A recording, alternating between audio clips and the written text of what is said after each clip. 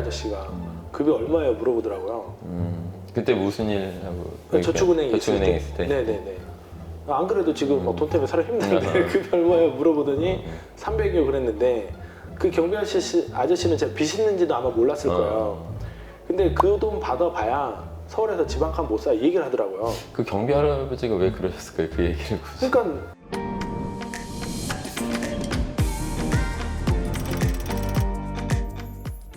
안녕하십니까, 여러분의 신용의 두학생입니다.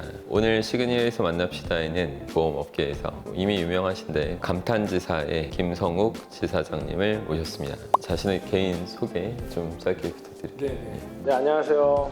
반갑습니다. 저는 신한금융플러스 감탄지사의 지사장을 맡고 있는 김성욱입니다. 반갑습니다. 네, 요즘 뭐 자주 보고 있어요.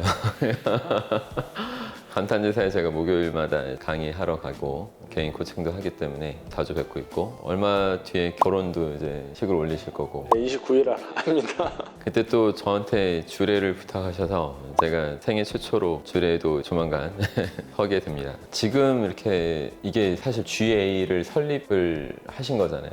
설립까지는 아니고요. 이제 바로 밑에 단계라고 보시면 맞는 것 같아요. 그러니까 GA를 지금 만들어서 지사장으로 하고 계신 건데, 네네네. 그 밑에 단계는 뭐예요? 그러니까 이제 G라고 하면은 원래 이제 그 법인 사업자를 내야 되는데 그건 아니고요.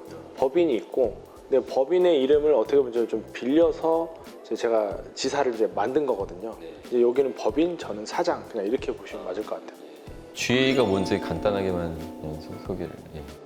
이제 보험업은 원수사하고 GA가 있는데, 원수사는 뭐 KB, 삼성, 롯데 이렇게 단일 회사를 말하는 게 원수사고요. 그 다음에 GA는 제너럴 에이전시라 그래가지고 이 원수사의 모든 상품을 다 다루는 회사를 GA라고 합니다. 보험업을 하신 게 제가 알기로 5년인데 네. 5년 안에 이렇게 지사장이 되는 경우가 있나요? 되는 경우는 있긴 있는데 사실 많지는 않고, 이렇게 좀 크게 하는 경우는 사실 아예 없고요. 네. 자신의 돈으로 차리신 게 아니라? 저도 들어가고 회사하고도 좀 같이 했죠. 네. 예. 신한금융투자 그 설립 과정을 좀 한번 말씀해 주시면 좋을 것 같아요. 어떻게 이렇게 빠른 기간에 큰 기관을 만들어서 더 잘할 수 있었는지를. 이거는 좀 원래는 좀 긴 내용일 수도 있는데 제가 좀 간단하게 말씀드리면, 저도 이제 평범한 설계사로 시작을 했어요. 이제 원수사 이제 KB 손해보험에서 시작을 했는데, 거기서 2년 있었고 2년 있다가 GA로 옮겼어요. GA로 옮겼는데, 옮긴 이유는 이제 원수사보다는 GA가 시장이 훨씬 크고 상품을 다양하게 저희가 다룰 수 있어가지고 그 이유 때문에 하나 옮겼고, 그 GA에서 또 2년 있다가 바로 저는 신한금융플러스를 와서 지사를 차린 건데, 근데 원래는 제가 지사를 차릴 생각은 없었고 그냥 회사를 이직을 하려고 그랬어요. 전 회사가 좀 아쉬운 부분이 좀 많아가지고 회사를 이직을 하려고 했는데, 사실 제가 좀 꿈꾸는 회사가 잘 안 보이는 거예요. 안 보여가지고. 근데 이런 고민은 저만 하는 게 아니라 많은 설계사들이 할 텐데, 설계사들이 정말 제대로 일할 수 있는 근무 환경에 회사가 왜 없을까 고민을 하다가 그냥 제가 만들어 버리기로 마음을 먹고, 그 다음에 또 만들려면은 저는 정말 혼자 했거든요. 만들려면은 누군가의 좀 도움을 받아야 될 것 같아가지고 회사를 좀 알아봤어요. 그러니까 회사 안에다 만들겠다 이 뜻이라고 보시면 맞거든요. 알아보면서 30군데 정도 회사를 좀 알아봤고. 그렇게 많군요. 네네, 되게 많아요. 한 6,000개 돼요. 6,000개 돼요. 네, 그래도 이제 좀 이름 있는 회사 한 30군데를 알아보다가 최종적으로 신한금융플러스하고 일단 마음이 되게 잘 맞았어요. 네, 그 다음에 이 GA의 표준을 만들고 싶은 아주 강력한 우리 대표님의 의지가 있으셔가지고 저도 좀 그렇고, 그래서 설계사 위주의 지사를 만들겠다고 했는데 흔쾌히 그걸 동의를 해주셔가지고 저는 이제 신한금융플러스에다 만들게 됐죠. 뭐 원래부터 인연이 있었던 그런 게 아니라? 아니요, 전혀 모르는. 예, 전혀 몰랐지만 찾아가서 자신의 포부와 그 목표를 제시하고 의기투합이 돼서 그 신한금융플러스의 많은 지원을 엄청나게 많이 받으신 거잖아요. 예. 지금도 받고 있고. 네네. 왜 그렇게 믿어줬을까요? 그거는 이제 제 생각에는 뭐 우리 대표님한테 제가 뭐 여쭤보진 않았는데, 제 생각에는 일단은 포기하지 않고 제대로 할 것 같다는 그런 비슷한 말씀을 좀 하시더라고요. 뭐냐면은 누구든지 뭐 하고 싶습니다, 뭐 무슨 뭐 지사를 만들겠습니다, 뭐 지원을 해주시면 어떻게 하겠습니다 이렇게 하거든요. 근데 생각대로 안 되면 대부분 중간에 다 포기를 해버려요. 지원해 준 거 뭐 이런 거에 대한 고마움도 없이 그냥 포기를 해버려요. 근데 이 대표님도 생각이 중간에 포기하지 않고 끝까지 하면은 된다는 생각을 갖고 계시거든요. 저는 절대로 중도 포기할 것처럼 절대 안 보인다고 말씀을 하시더라고요. 그리고 또 하나 그 과정도 더 중요한데 이게 보험업이 사실은 사회에서 보는 이미지가 그닥 좋지는 않은데 저는 그거에 대해서 일부 동의를 하는 면도 있어요. 왜냐하면 설계사들이 정말로 정규 영업을 제대로 했다면 이런 이미지가 아닐 거라고 생각을 하거든요. 근데 그 반대 이미지를 당연히 회사에서는 추구를 하고 있어요. 제대로 일을 하면서도 뭐 매출이 잘 나오는, 매출이 잘 나온다 하더라도 제대로 일을 하지 않으면 인정을 안 해주는, 제대로 일하는 걸 원하는데 제가 그렇게 또 할 것 같다고 그렇게 말씀을 하셔가지고 뭐 전폭적인 지지와 신뢰를 받고. 네, 지금은 회사에서도 굉장히 좀 좋아하고 저도 대만족으로 하고 있고 우리 그 설계사님들도 너무 만족스럽게 일을 하고 있습니다. 뭐 지금 이렇게 잘 되셔서 소득도 높고 엄청 잘 되시지만 처음부터 이렇게 잘 된 게 아니잖아요. 약간 과거 시점의 얘기를 좀 하고 싶은데 처음에 보험을 할 때 시점이든 아니면 더 어렸을 때도 상관없는데요. 남들이 좀 이렇게 보면 아, 저 사람 원래 뭐 잘했겠지 뭐 이런 생각들을 이미지가 있어서 지금 부담스러워요. 전혀 아니에요. 네, 그렇죠. 뭐 다들 그렇게 보잖아요. 저한테도 뭐 귀공자 스타일로 어렸을 때 컸을 것 같다 뭐 이런 얘기를 하시는 분도 많은데 사실 그게 아닌데 사실. 예, 그래서 어렸을 때 가정 환경이 어땠나요? 일단은 저는 논산이라고 아시나요? 훈련소 있는데 거기에 저희 아버님이 상사로 근무를 하셨어요. 상사 네, 육군 훈련소에. 그리고 저는 논산에 살았고 어머님은 주부시고 중간에 잠깐 보험을 좀 하셨어요. 근데 정말 거기가 정말 시골이거든요. 제가 최근에도 지사 만들면서 한번 갔다 왔는데 진짜 시골이에요. 아무것도 없어요. 지금도 정말 아무것도 없어요. 정말 아무것도 없어요. 뭐 지금 거기 살고 계시는 우리 고향 분들한테 보면 좀 죄송한데 실제로 정말 없어요. 거기서 고등학교까지 겨우 나왔는데 그 시골에서도 제 공부를 솔직히 말하면 정말 못했어요. 40명인데 막 34등 막. 못한 거예요, 안 한 거예요? 그러니까 결과적으로 안 한 것 같아요. 지금 보니까. 진짜 공부를 싫어했어요. 진짜 제가 책 본다고 하면 제 옛날 친구들도 웃긴다고 할 거예요. 정말 안 어울린다고 막. 중학교 3학년 한 중간까지, 그러니까 1학기까지 34등, 뭐 30등대를 계속 있었거든요. 그때 약간 철이 드는 건지 모르겠는데 아 내가 이 시골에서 만약에 고등학교 뭐 졸업한다 치고 뭐가 될까 이런 생각을 잠깐 했었어요. 그래서 엄마한테 서울로 보내달라 그랬어요. 몇 살 때? 중학교 때. 중학교 때. 예, 저기 학교를 고등학교로 보내달라. 왜냐면 할머니가 여기 사셨거든요, 서울에. 그래서 저는 그냥 단순 생각으로 할머니 집 가서 서울에서 좀 이렇게 살고 싶다 했는데 뭔가 큰 물에서 놀아야겠다 이런 생각을. 예. 근데 엄마가 되게 어이없어 하시고 너는 서울 가면 뭐 더 망친다 뭐 지금 부모랑 같이 있어도 이렇게 맨날 놀기만 하고 그러는데 가려면 공부해서 대학 가라 그렇게 말씀하시는 거예요. 근데 사실은 저는 이미 중학교 때 대학 포기했어요. 정말로 이미 나는 못 가. 이 상태가 무의식이 막 엄청 났어요. 저는 못 간다. 대학 가면은 특별한 사람만 간다 이렇게 생각. 사실 가족 중에 부모님이 대학을 나오지 않으셨는데 아버님은 전문대 나오셨는데 어머니가 학력이 굉장히 떨어지셨어요. 네. 그래가지고 대학 가면은 보내준다 이렇게 말씀을 하시는 거예요. 학비도 대주겠다 그러는 거예요 어머니께서. 그럼 공부를 해야 되네 결론적으로. 그래서 중학교 3학년 때 2학기 때부터 공부를 했는데 연무고등학교라고 그냥 시골에 있는 고등학교예요. 거기를 제가 밑에서 3번째인가로 들어갔어요. 200명 넘게 있는 것 같은데 3번째로 들어갔어요. 그러니까 겨우 들어간 거죠. 안 그러면 고등학교 못 갈 건 했는데 그냥 바로 공부를 했어요. 근데 1학년 때부터 바로 공부를 하니까 2학년 때 이제 좀 헷갈려요. 2학년 때인가 3학년 때인가 처음으로 제가 전체 10등을 했어요. 그걸로 이제 대학 4년제는 못 가고 제가 안양에 있는 개원예대를 들어가고 그 다음에 예대 네네 예대에 들어. 무슨 과요? 제 애니메이션과 네. 그때도 있었어요. 네네네 있었어요. 근데 이제 대학 들어갔는데 아 나 이제 서울로 오는 게 됐다 했는데 막상 또 서울 오니까 뭐 아무것도 없는 거예요. 근데 그때부터는 이제 대입병이라고 말씀하시는 거 있잖아요. 진짜 뭐 먹고 살 이런 게 또 드는 거예요. 군대 갔다 와서 사회생활 그냥 좀 하다가 경희사이버대를 또 들어갔어요. 직장을 다니면서. 그러니까 졸업한 다음에 또 네네네. 경희사이버대를 또 들어갔어요. 왜냐면 4년제를 나와야 될 것 같아가지고 거기는 직장을 다니면서 했거든요. 그래서 글로벌 경영학이랑 사회복지학을 2개를 복수 전공을 했는데 공부를 좀 했어요. 회사 다니면서도. 그래서 4년 정액 장학금 받고 원래 받기로 하고 들어간 게 아니고 1등에서 3등까지는 장학금을 줘요. 제가 그거를 이제 직장 다니니까 돈이 없잖아요. 그래서 그걸 받으려고 계속 공부를 했어요. 근데 다행히 지금 생각해보면 원래 사이버 대학교가 졸업 확률이 한 20%, 25%밖에 안 되거든요. 그러니까 공부를 거의 안 해요, 사실은.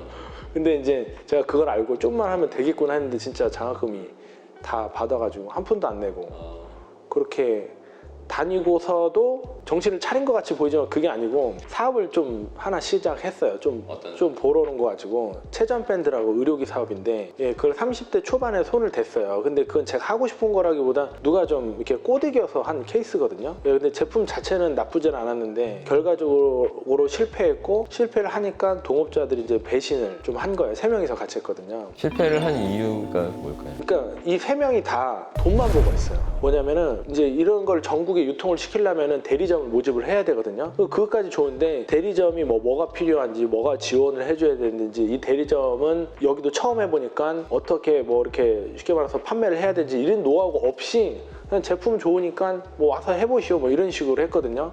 그래서 처음에 좀 잘 되다가 나중에 많이 무너졌고 회사가 어려워지면서 돈이 들어가기 시작을 했는데 동업자들이 이제 좀 저한테는 이제 거짓말을 했더라고요. 뭐냐면은 저희가 제품을 OEM 방식으로 외주를 맡겼어요. 근데 외주가 뭐 비용이 원가가 뭐 1,000만 원이면 장부에는 5천만 원 써놓고 저한테는 5천만 원이라고 하고 그런 식으로 회사 빼돌을 계속 빼돌렸었어요.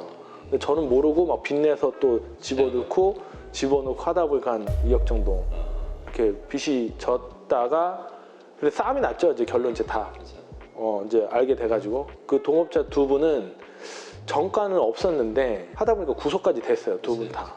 예, 근데 원래는 그게 정가가 없는 사람이 사기죄로 구속되는 게 굉장히 어렵다고 하더라고요. 근데 그 재판을 한 1년 반 정도 했거든요. 항소심 가서도 또 제가 이겼는데 하여튼 구속은 됐는데 뭐 돈은 날리고 그 돈은 이제 빚으로 진 상태였고 그러고 나서 이제 저축은행을 이제 또 어떻게 들어갔는데 거기서는 돈을 하나도 까지를 못했어요. 2억을 이제 한 급여가 받으면 300만 원 좀 넘을 거라 그거였거든요. 근데 거의 이자만 한 150, 160이어가지고 예. 뭐 깔 수가 없는 상태였어요. 그 역삼동에서 아주 조그만한 옥탑방 같은 집이 하나 있어요. 거기서 540짜리를 거의 5년 동안 살았어요. 4년 반인가? 한 그 정도 살았어요. 그리고 보험하고 좀 돈 벌기 시작해서 좀 제가 바뀌었거든요. 근데 이제 회사에 있을 때는 급여가 한정돼 있잖아요. 내가 아무리 더 열심히 해도 뭐 보너스 20 뭐 이렇게 주지 뭐 500 이렇게 절대 주지 않는단 말이에요. 근데 내가 인생을 역전하려면 어쩔 수 없이 영업이나 사업을 좀 할 수밖에 없겠다 라는 생각을 또 하고 있었는데 마침 또 그 주차장에서 차를 빼는데 경비 아저씨가 급이 얼마예요 물어보더라고요. 그때 무슨 일 하고? 저축은행에 있을 때. 네네네. 안 그래도 지금 막 돈 때문에 살아 힘든데 급이 얼마예요 물어보더니 300이요 그랬는데 그 경비 아저씨는 제가 빚 있는지도 아마 몰랐을 거예요. 근데 그 돈 받아봐야 서울에서 지방칸 못 사 얘기를 하더라고요. 그 경비 할아버지가 왜 그러셨을까요? 그 얘기를 굳이.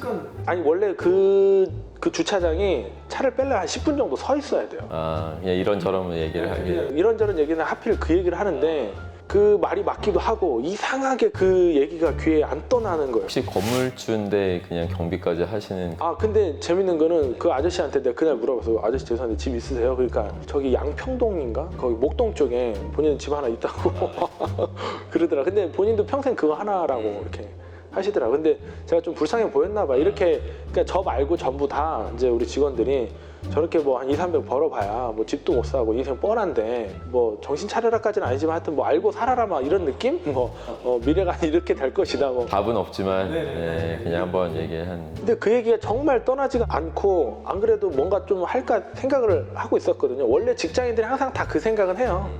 뭔가 할까 이 생각을 다 시도를 안 해서 그렇지. 그 얘기를 하니까 아 이거는 맞는 얘기고 맞다 이거 뭐 이 상태로면은 어차피 이 상태로 끝나나 뭐 나가서 죽나 뭐 똑같은 것 같다 뭐 그래가지고 이제 영업을 뛰기로 자본금이 없어서 장사나 뭐 이런 거 못했고 영업 뛰기로 마음을 먹었는데 펀드 회사 자동차 회사 뭐 자동차는 뭐 신차 중고차 뭐 외제차 뭐 다 한번 알아보고 제약회사 뭐 이런 거 다 알아봤거든요. 근데 최종적으로 자동차하고 보험으로 좀 이렇게 좀 고민을 했었어요. 근데 자동차가 처음에 기본급여를 100만 원씩 깔아주더라고요. 근데 보험은 그게 전혀 없었어요. 근데 이상하게 보험이 좀 더 땡겼고 좀 보험이 저평가됐다는 사실을 알았어요. 왜냐면은 하려고 알아보다 보니까 보험 설계사가 그렇게 돈 많이 버는지 저 사실 몰랐어요. 전혀 몰랐어요. 되게 어렵게 그렇게 하는 줄 알았거든요. 그래서 상당히 많이 벌어가지고 내가 이걸 하겠다. 그리고 내가 진짜 한 중간 이상을 하겠지. 중간 이상만 되면 연봉이 5천을 그냥 넘어가겠더라고요. 하겠지 해가지고 이제 시작을 했죠. 시작을 했는데 다행히 처음부터 그러니까 확 잘 된 건 아니고 막 300, 400, 500 하면서 9개월 차 때 한 1,000만 원 넘더니 그 다음에 계속 1,000만 원대 유지하고 그 당시 대표님 잠깐 뵀었고 2,000만 원, 4,000만 원, 5,000만 원, 6,000만 원 이렇게 쭉쭉 올라가다가 지금은 지사장 됐고 지금 제가 지사 차린 지 지금 3개월 됐거든요. 근데 일단은 급여 한 6천 정도는 아마 들어올 거예요. 제가 아직 10일 날 들어오는데 정산이 안 끝나가지고 그거는 이제 월세 이런 거 빼고도 거의 그 정도 될 것 같아요. 그러니까 굉장한 드라마틱한 발전을 하신 건데 네네. 뭔가 격세지감을 많이 느끼실 것 같아요. 그러니까 40만 원. 네, 그 집을 사실은 또 며칠 전에 갔다 왔어요. 지나왔죠. 사진 찍으려고. 사진 찍으려고. 사진 찍으려고 지나왔는데 거기 집 주인도 계시고 그 집 주인도 심지어 제 고객이에요 지금. 집 주인도 저 만나면 사실 거의 웬만하면 다 제 고객이 되는데 그러니까 근데 이게 뭐든지 그런 게 있어요. 그때는 와 이거 진짜 힘들다 못한다 난 진짜 미칠 것 같다 하는데 지나고 나면 뭐 좀 약간 별거 아닌 느낌 뭐 이런 거 있잖아요. 그런 생각이 조금 들긴 하고 지금은 사실 또 어떤 거를 좀 많이 염두에 두고 있냐면 진짜로 그냥 드리는 말씀이 아니라 이거 원래 우리가 돈 많이 벌어야겠다 이런 생각을 하잖아요. 근데 돈을 많이 버는 이유가 가만히 생각해 보니까 진짜 그 돈을 갖고 싶어서가 아니라 그 돈을 가지면 어떤 느낌이지? 좋은데 살면 어떤 느낌이지? 비싼 거 먹으면 어떤 느낌이지? 좋은데 여행 가면 어떤 느낌이지? 이런 생각 때문에 그걸 하는 것 같아요. 경험적 측면.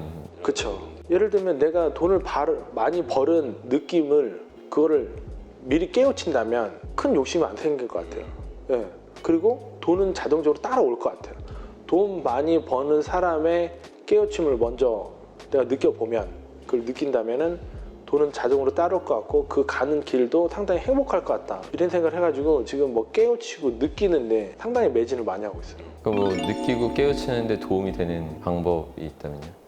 그거는 일단은 이제 당연히 대표님에 대한 이 강력한 메타인지가 저한테 들어왔기 때문에 그거 하고 책을 또 보고 있고 지금은 저는 이제 좀 미뤄뒀다가 못 읽을 책 지금 대표님도 추천해 주신 책인데 이제 왜 일하는가 예, 한 반 정도 봤는데 예, 그게 언뜻 보면 막 열정만 강요하는 것 같긴 하지만 거기에 보면은 몰입이 행복이라는 얘기가 나와요. 예. 그러면은 내가 몰입하면 그냥 당장 행복한 것 같거든요. 근데 몰입은 안 된 상태에서 돈을 벌려고 해봐야 예, 그게 안 되는 것 같아요. 그러니까 내가 내일에 지금 몰입하는 게 우선. 그러면 이게 그냥 내 적성이 되는 거고, 예, 뭐 잘 되는 거 그냥 그렇게 되는 것 같아요. 그러니까 예전에 위인들이라든가 뭐 현재도 마찬가지고 그런 분들이랑 이제 어울리고 뭐 책을 읽고 하다 보면은 조금씩 깨우치는 것 같더라고요. 그러면은 돈에 대한 생각보다는 그런 거 깨우치면 자동적으로 따라오는 것 같은 느낌이 확실히 들어요. 저한테 배우신 걸 이렇게 멋있게 또 잘 펼치셔서 승승장구하시는 거 보면서 저도 참 기쁘게 생각하고 보람을 느끼고 행복합니다. 그러면 이제 주례 때 또 뵐게요. 네, 그 전에 뭐 감탄사에서 뵙겠지만. 네. 그럼 여러분 항상 힘내시기 바랍니다. 고맙습니다.